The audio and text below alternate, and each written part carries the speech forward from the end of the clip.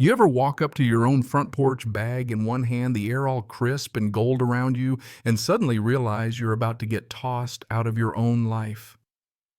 That's how my story starts. 30 years. I owned that lakeside cabin, raised a daughter there, scattered my wife's ashes there. And still, one late September afternoon, I rolled up the old gravel driveway and found the HOA president on my porch, arms crossed, smirk painted on her face, telling 911 I was trespassing on her property. You can't make this stuff up. My own key wouldn't turn in the lock. She'd changed it. Called the sheriff. Handed him some fancy documents, said I hadn't paid my assessment, said she was the legal owner now. I stood there, neighbors gawking, nobody saying a word. I swear, if you've never been so mad you just freeze up, you haven't lived through real injustice. Let me back up a sec. 2 weeks before all this, I was down in Portland celebrating my daughter Emma's nursing graduation. I left that cabin just like always, shutters drawn, firewood stacked, nothing out of place. I come back, key doesn't work. That's when Catherine Stewart steps out of the shadows, president of the Silver Creek Homeowners Association, looking like she just won the lottery. Per bylaw 12.4, she says failure to pay assessment means forfeiture. You didn't appeal, so this property reverted to the HOA. Here's the deed. She says it all official, like waving a document with a county seal, and her smile not quite reaching her eyes. My stomach just about hits the floor. Here's the thing, I never missed a single payment. Never even got a notice, much less certified mail. But she actually shrugs like it's just business, not her problem if I don't check my mail. I tried to call my lawyer right there. She starts dialing the sheriff man, refusing to leave my property. She says, staring me dead in the face like I'm the criminal. Next thing you know, there's a deputy on my porch. Checks both our papers. Mine original from 1992. Hers shiny, notarized, whole 9 yards. He sighs, says it's a civil dispute, but since she has current documentation, I gotta go. I walk down that porch with 30 years on my shoulders and no one to help me. 3 boxes on the porch. My life packed up, labeled, removed per bylaw, 12.4. I toss them in my truck, trying not to lose it. Something falls out, a little red USB drive I've never seen. Says SCS4PB and password. I plug it into my laptop, password protected. I try every name I can think of, nothing works. 2 attempts left before it locks for good. By nightfall, I'm sitting across from Fisher, a property lawyer in some highway diner. He scans the deed, shakes his head. Fake. We'll get a restraining order. Have you back in days? Textbook fraud. I don't care what it costs. We get to work. That's when the real games start. I get a letter from Catherine's lawyer, back fees, admin costs, property recovery, all made up. Threats of collection, cease and desist. Fisher laughs it off, scare tactics, ignore it.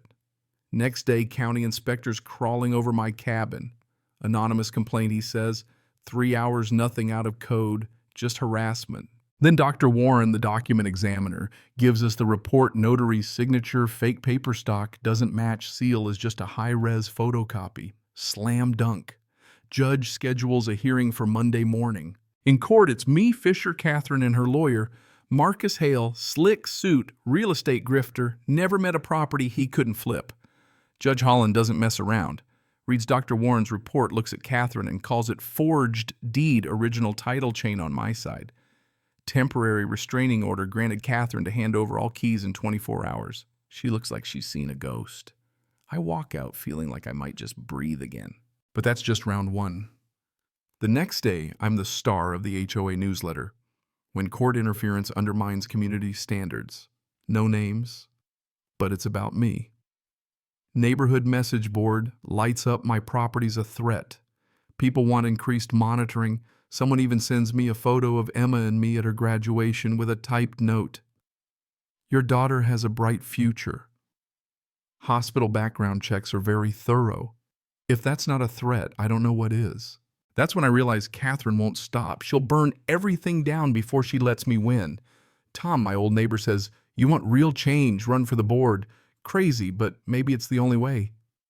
Just then, Margaret, the secretary, resigns, tells me in the grocery store, It's so I can run. She even hands me the nomination form.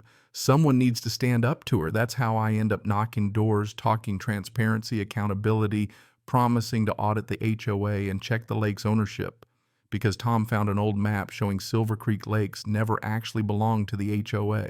Election night, the votes come down to a tie. One absentee ballot tips it my way. I win by a single vote. People are stunned. Catherine's stone-faced. Henderson, the quiet treasurer, pulls me aside, tells me Marcus bought his cabin. Flipped it for a huge profit.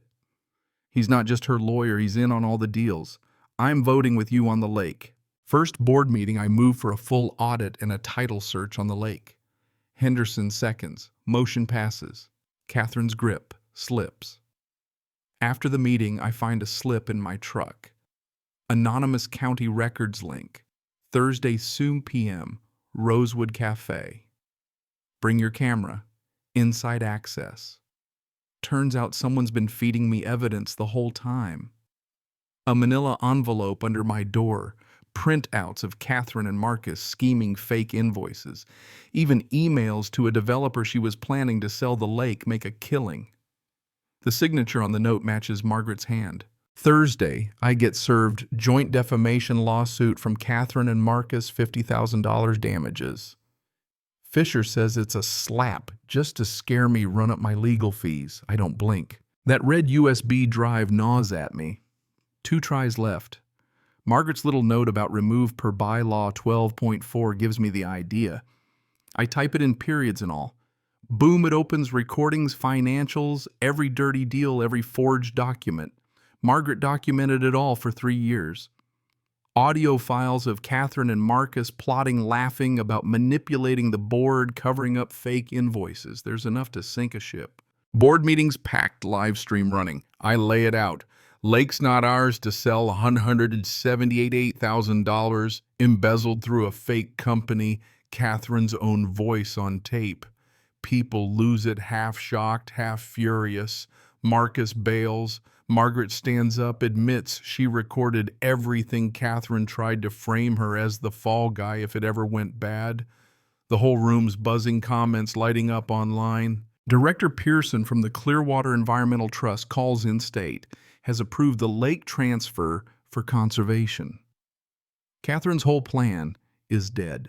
Carol Morrison, the vice president, calls for Catherine's immediate resignation. Catherine melts down, screaming, calling 911 from the board table. I'm the owner now.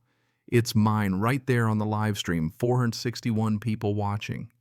Deputy Anderson leads her out gently, meeting adjourns, evidence sent to the DA. Overnight, the meltdown goes viral. HOA president.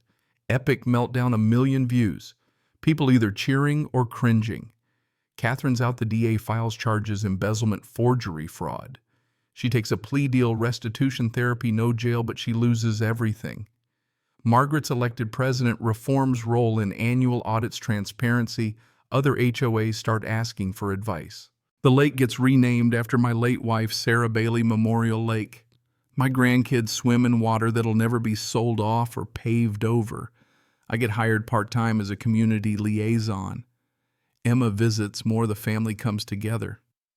One afternoon, I run into Catherine at the grocery store. No makeup, plain clothes, just tired. She admits therapy's helping, asks why I'm kind to her after everything. I just say everyone's a person even when they do terrible things. Not forgiveness, but a little bit of peace. Some days, people still ask if I feel good about it, blowing it all up on camera, getting justice the messy way. The truth, justice isn't clean. It doesn't always feel good. Sometimes everybody comes out damaged. But that's better than letting people like Catherine take and take till nothing's left. Sometimes, if you're lucky, folks get a chance at redemption, even the ones who tried to ruin you. So here's my question for you. When does justice cross the line into revenge? And when it does, is it still worth it? Let me know what you think down in the comments. And if you ever fought your own battle for what's right, even when it got ugly, I want to hear your story. Hit that like button if you think accountability matters, and don't forget, actions have consequences for all of us.